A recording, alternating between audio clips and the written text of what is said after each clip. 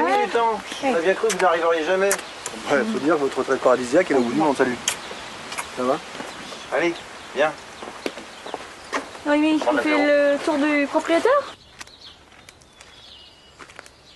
C'est vraiment tranquille ici, hein? Vous avez l'air bien. Ah oui, c'est la Méditerranée, je vous l'ai dit.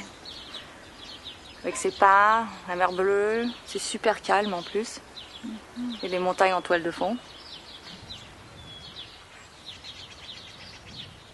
Ah, vous avez même du romarin, puis de la menthe et du thym dans le jardin. C'est vraiment le paradis ici, hein? Ça sent tellement bon. Ça me rappelle toute mon enfance. T'as grandi sur une île? Ah non, non, non, moi j'ai grandi à San Francisco. Mes parents travaillaient à Berkeley à l'université.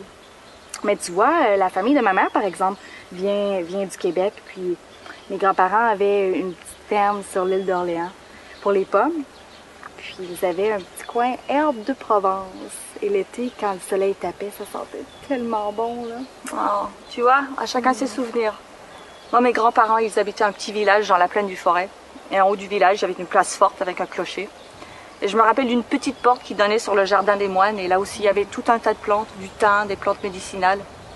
Ça doit être ça qui m'a donné l'envie de me lancer dans la profession d'apothicaire, comme dit mon cher et tendre mari. Apothicaire. Tu fais des potions magiques? Non. Il n'y a vraiment que Cyril pour me traiter d'apothicaire. En fait, je suis spécialisée dans la cosmétique et les soins du corps. Avant qu'on ne vienne à Vancouver, je travaillais au centre de thalassothérapie de Louison Bobet à Quiberon. Hey, mais Quiberon, hey, c'est loin de Paris, ça? Comment vous faisiez avec Cyril? Bah, comment on faisait? On se voyait les week-ends. Et toi, Noémie, ton travail?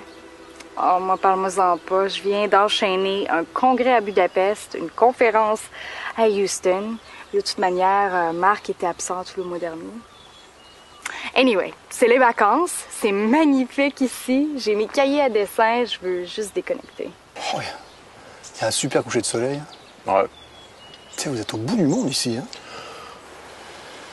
On peut difficilement faire plus reculer. Tiens, plein ouest là, t'as l'île de Vancouver. Puis après, 5000 bornes de Pacifique et été chez les Japs. Oh bah c'est sympa, hein? Ah, ils sont assez babacool ici, hein? Ils font marrer. Ils sont pas énervés, hein? Ils font marrer avec leurs sandales. Ouais, leurs sandales et leurs chaussettes en laine. Oh, ça c'est le look qui tue.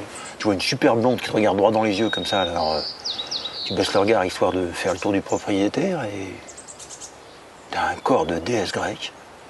Putain, mais pourquoi faut qu'elles mettent des chaussettes en laine dans leurs sandales, ça? Moi, du coup, maintenant, je regarde droit devant, je coupe au niveau des cuisses. C'est là que ça se passe, alors. Tranquille.